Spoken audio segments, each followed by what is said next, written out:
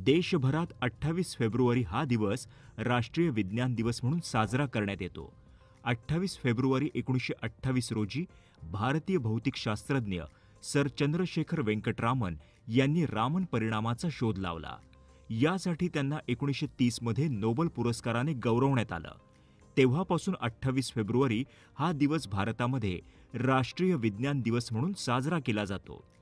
चंद्रशेखर वेंकटरामन यांनी कोलकाता विद्यापीठात 1917 ते 1933 या कालावधीमध्ये भौतिकशास्त्राचे प्राध्यापक म्हणून काम केलं. तिथेच त्यांनी भौतिकशास्त्र विभागाचे प्रमुखपद भूषवलं. तसंच 1947 साली ते बंगळुरूमधील रामन संशोधन संस्थेचे संचालक होते. भारतात 1986 पासून दरवर्षी 28 फेब्रुवारी राष्ट्रीय विज्ञान दिन म्हणून साजरा केला जातो आहे.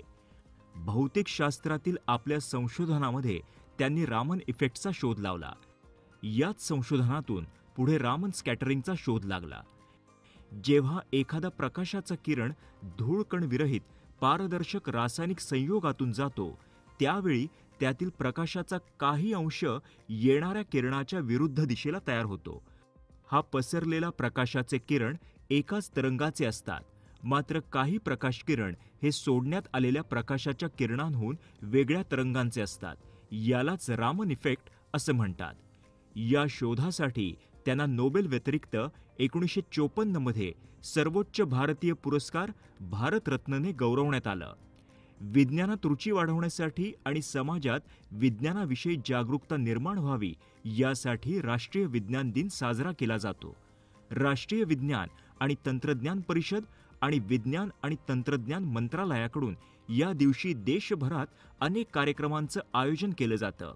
राष्ट्रीय विज्ञान दिनाचं मुख्य उद्दिष्ट म्हणजे देशातील विज्ञानाची निरंतर प्रगती कायम ठेवणं.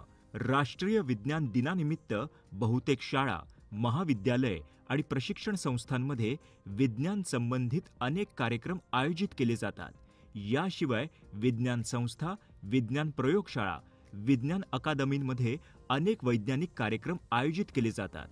या दिवशी भाषण, निबंध, लेखन, विज्ञान प्रश्नोत्तरी, विज्ञान प्रदर्शनं, चर्चासत्र आणि चर्चासत्रांचे आयोजन केले जाते.